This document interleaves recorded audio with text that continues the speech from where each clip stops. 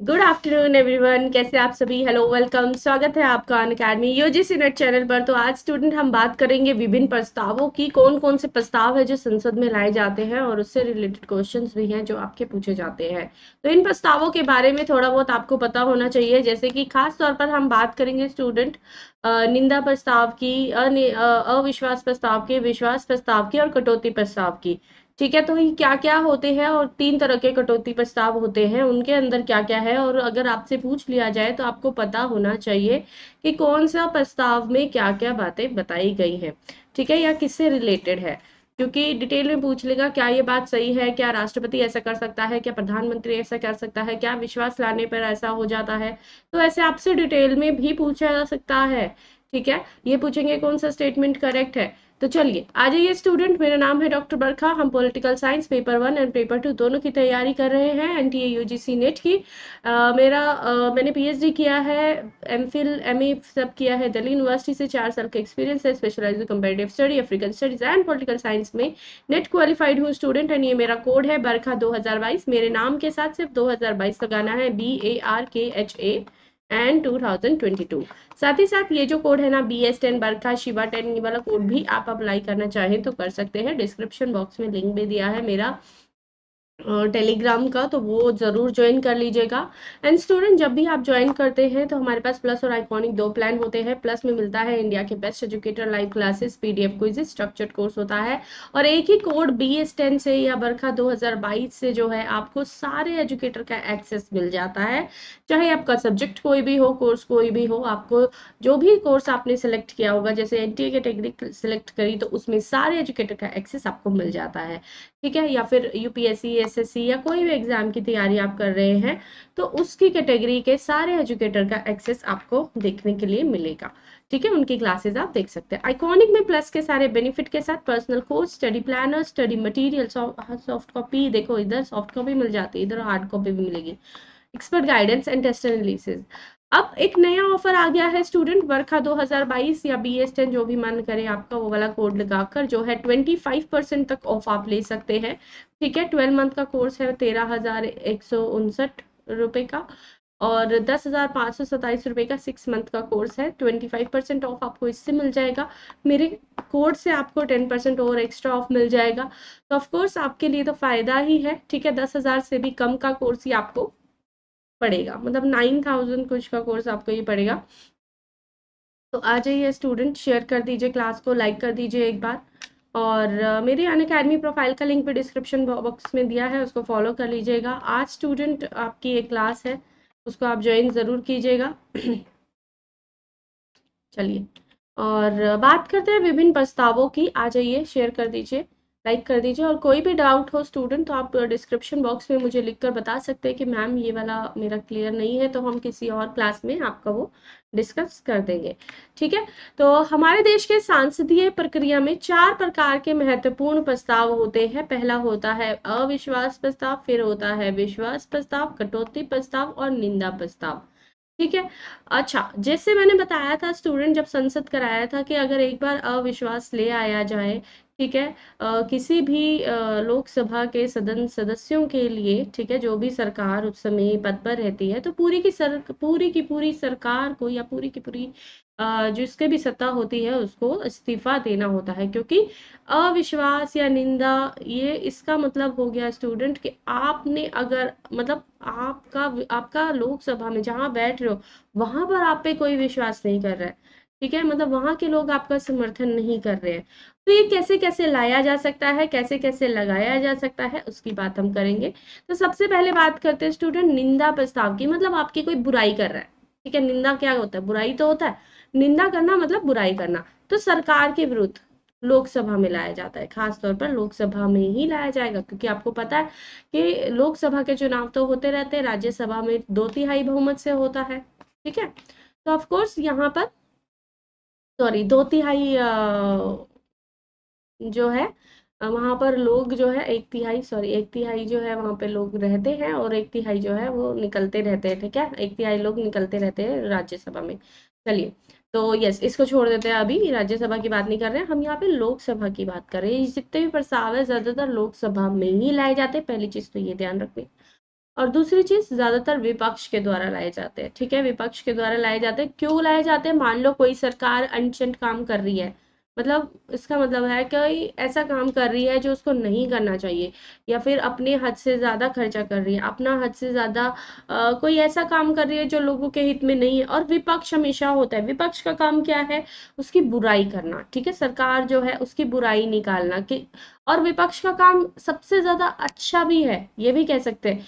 क्योंकि अगर आप बुराई नहीं करोगे तो उनको कैसे पता चलेगा कि वो कुछ गलत कर रहे हैं, और उनकी रोकथाम भी होती है उस चीज से। ठीक है, मतलब रोकथाम होती है, आपके कोई भी गलत काम करने से पहले वो सोचेंगे लोकसभा के सदस्य कि अगर हम कुछ गलत करते हैं तो हमारा विपक्ष हमारे खिलाफ बोल सकता है। ठीक है, तो ये थोड़ी सी पावर है जो विपक्ष के खिलाफ है, या फिर संसद को कंट्रोल करने के लिए, सरकार को कंट्रोल करने के लिए एक पावर कुछ दी हुई है विपक्ष के हाथों में, ऐसे भी इसको समझ सकते हैं।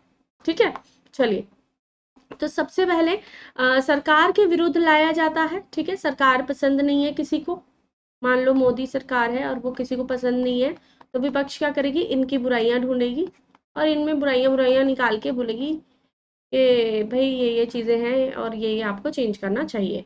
ठीक है, अगर वो चेंज करता है तो ठीक है, अगर नहीं चेंज करते, नहीं बात मानते, या फिर ऐसी कोई नीति है जो बहुत ज्यादा खराब है, तो फिर आगे उसका क्या क्या प्रोसेस होता है। तो निंदा कर दी, ठीक है, सरकार के विरुद्ध हो गई, विपक्ष के द्वारा लाई जाती है।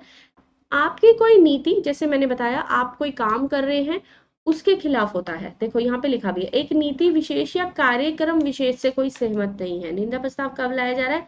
आपने कोई ऐसा काम कर दिया, मतलब बहुत सारे जो है, आपको याद है हाथी लगवाए गए थे बहुत सारे पार्क में, और बहुत ज्यादा खर्चा कर दिया उस पे जो अननेसेसरी था, तो उसके खिलाफ क्या लाया जा सकता है?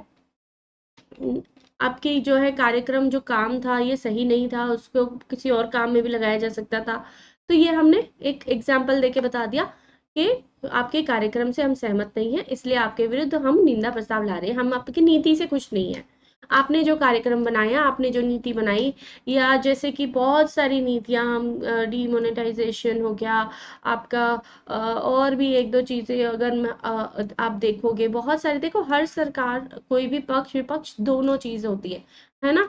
तो किसी नीति के खिलाफ जब विपक्ष द्वारा जो है सवाल उठाया जाए या सहमत ना हो, तो उसको निंदा प्रस्ताव कहेंगे।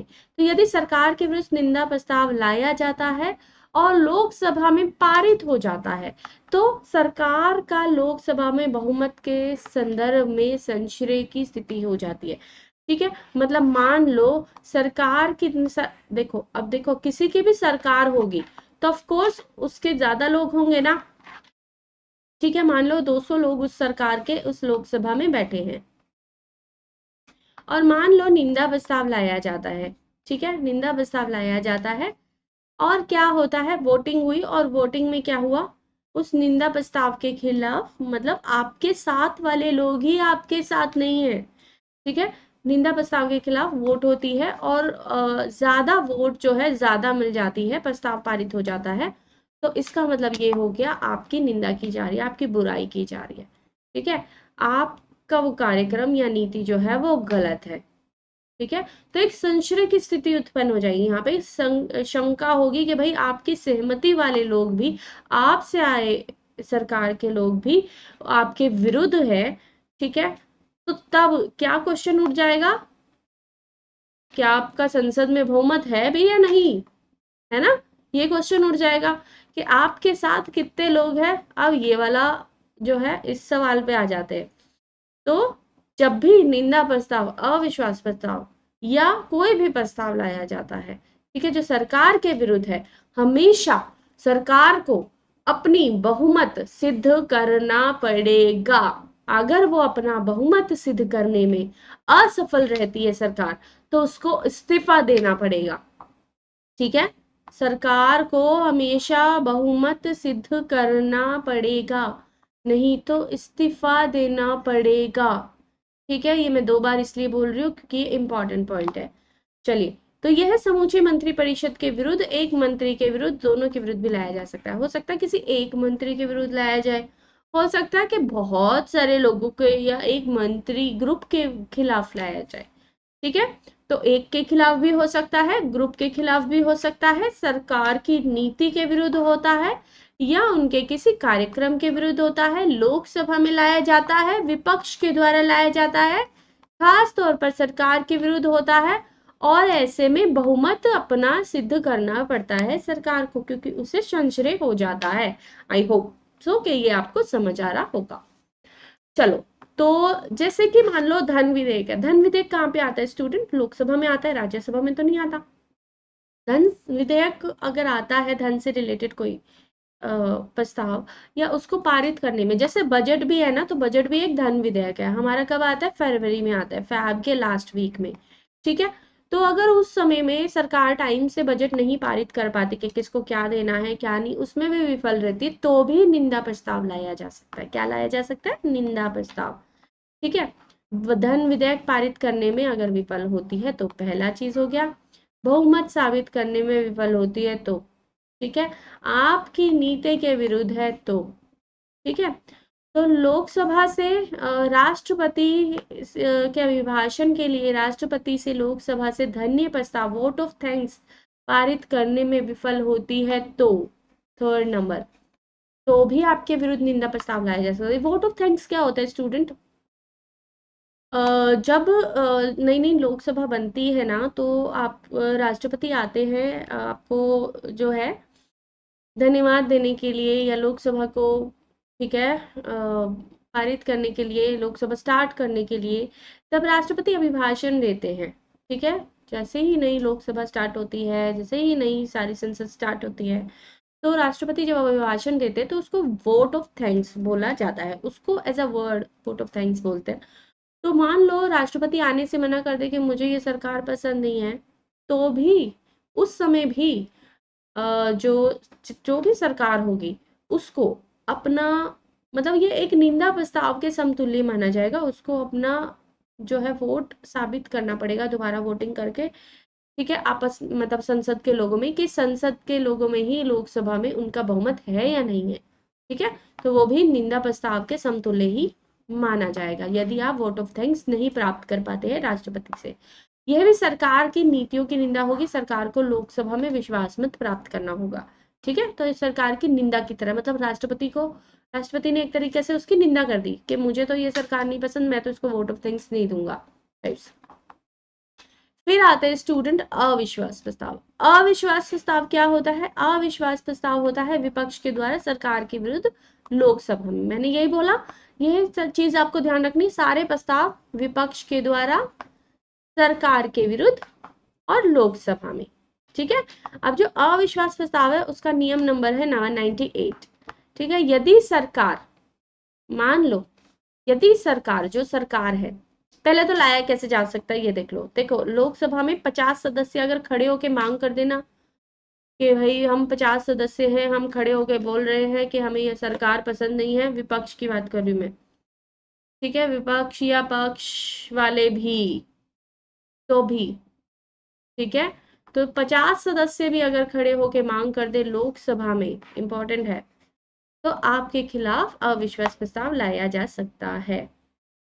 और ये जब भी कोई प्रस्ताव लाया जाता है, चाहे निंदा प्रस्ताव हो या अविश्वास प्रस्ताव हो, उसके खिलाफ जब वोट होती है और उस वोट में आप हार जाते हैं स्टूडेंट्स, ठीक है, जब सरकार हार जाती है उस वोट में, इसका मतलब है अविश्वास प्रस्ताव हो गया।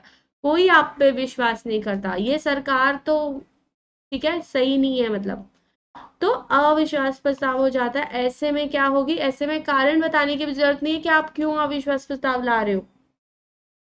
देखो, निंदा प्रस्ताव में आपको बजट पारित ना हो, ये सब हो, तो रीजन बताने का हो सकता है, लेकिन अविश्वास प्रस्ताव में 50 लोग खड़े होके बोल रहे हैं तो आपको रीजन भी बताने की जरूरत नहीं है। खास तौर पर आपकी समस्त नीतियों से और कार्यक्रमों से जब सामने वाला या विपक्ष जो है आपके खिलाफ है, ठीक है, या विफल हो जाता है सभी मोर्चों पर, नीतियां भी खराब हैं, तो सरकार के विरुद्ध अविश्वास प्रस्ताव लाया जाता है। ऐसे प्रस्ताव को स्वीकार किए जाने की स्थिति में संसद के सभी कार्यवाही के ऊपर प्राथमिकता दी जाती है।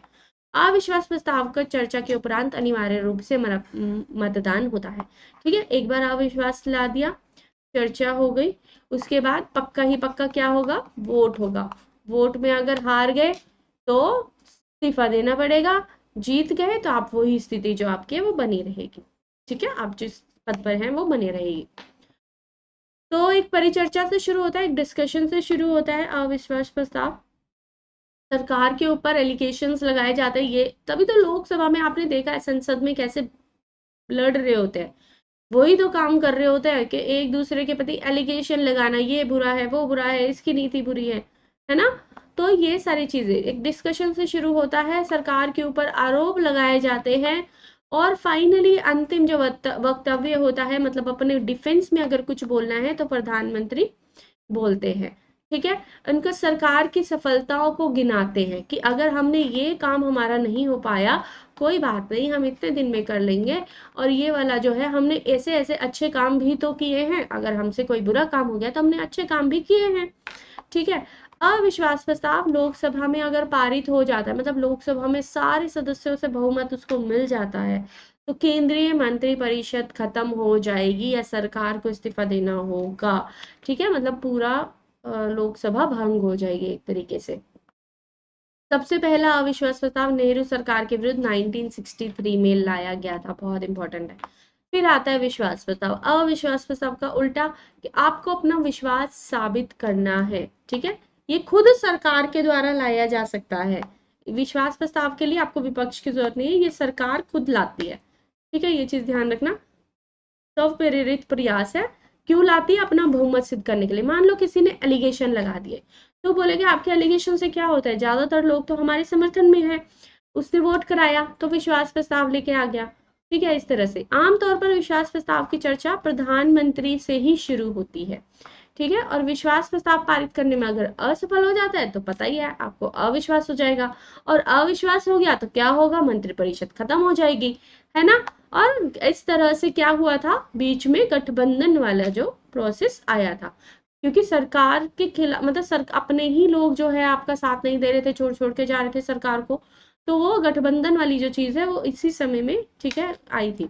तो पहली बार 1979 में राष्ट्रपति चरण सिंह ने, ठीक है, चौधरी चरण सिंह सरकार को राष्ट्रपति ने विश्वास मत प्राप्त करने का निर्देश दिया था। प्रधानमंत्री थे चौधरी चरण सिंह उस समय।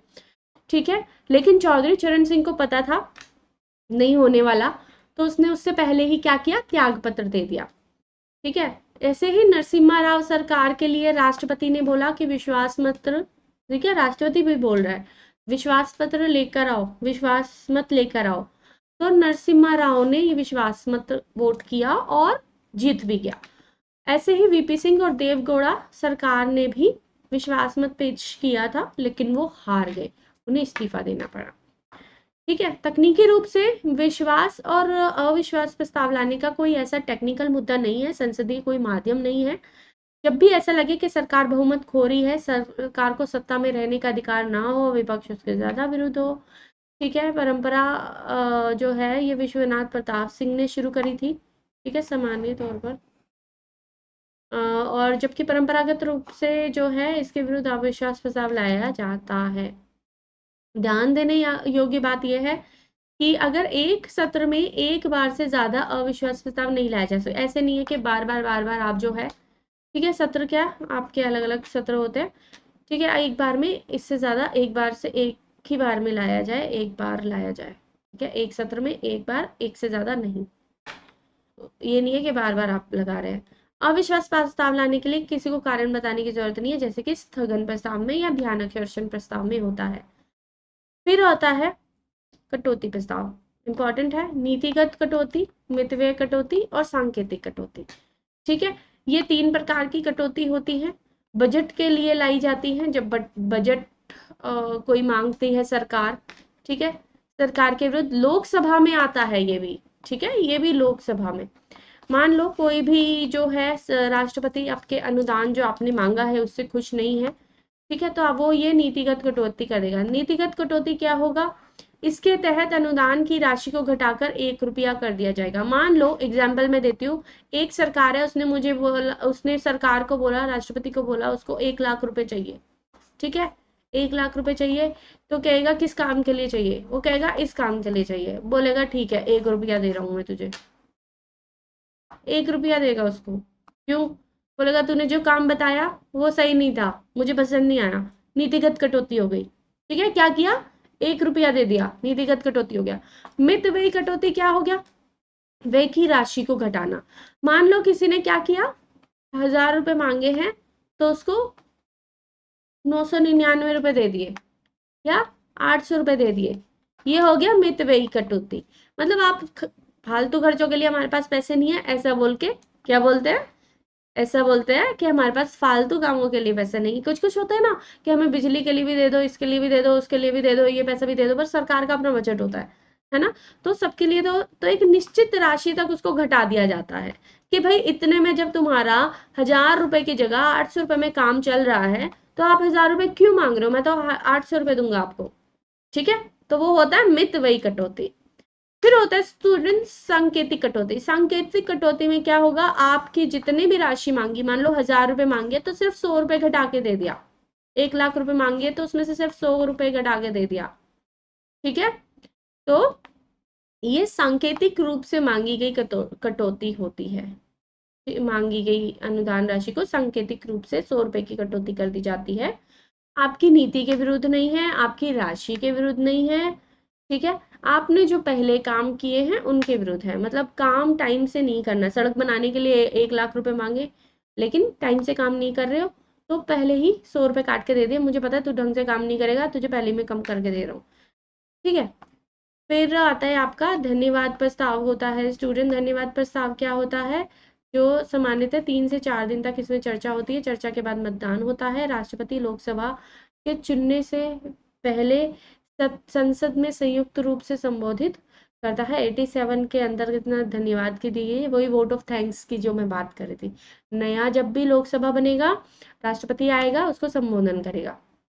ठीक है, वही है ये। स्थगन प्रस्ताव। स्थगन प्रस्ताव क्या है, 15वीं लोकसभा में पहली बार आया था। धन्यवाद प्रस्ताव की चर्चा के बाद विपक्ष ने स्थगन प्रस्ताव की लाने की बात कर दी थी एकदम। ठीक है, स्थगन प्रस्ताव क्या हो गया, विशेष प्रक्रिया है जब स्थगन प्रस्ताव लाया जाता है, सामान्य कार्यवाही को स्थगित कर दिया जाता है। स्थगन का मतलब क्या हो गया, स्थगित। किस चीज को स्थगित करेंगे, ऑफ कोर्स लोकसभा के काम को। ठीक है, संसद को, कि भाई हमें अभी कुछ दिनों के लिए ब्रेक दे, वो कर दिया। ठीक है, कोई काम नहीं होगा। ठीक है, तो पूरा देश इससे प्रभावित हो सकता है क्योंकि आपके काम रुक जाएंगे सारे, है ना। तो निजी शिकायतें, निजी मुद्दे, ये सब उठाए जाते हैं। इसके लिए कम से कम कितने सदस्य चाहिए, 50 सदस्यों की सहमति इसमें चाहिए। और जब भी ये लाया जाता है तो सरकार के विरुद्ध निंदा की तरह इसको माना जाता है। ध्यान आकर्षण, सेम नाम से जाहिर है कि आप किसी ऐसे मुद्दे पर सरकार का ध्यान आकर्षण करना चाह रहे हैं जो जरूरी है। ठीक है, तो वो ध्यान आकर्षण प्रस्ताव। चलिए, तो आज के लिए इतना ही। प्लस आइकॉनिक 2 प्लान, प्लस में मिलता है live classes, PDF quiz, structure course. Iconic में प्लस के सारे बेनिफिट्स के साथ प्लस को स्टडी प्लान, स्टडी मटेरियल मिल जाता है। अभी ऑफर चल रहा है स्टूडेंट, ये मेरा कोड है बरखा 2022, ये लगा लेना। मेरी प्रोफाइल फॉलो कर लेना अनअकैडमी पर। And thank you, bye bye. Class पसंद आए तो लाइक शेयर जरूर करना। Thank you, bye bye.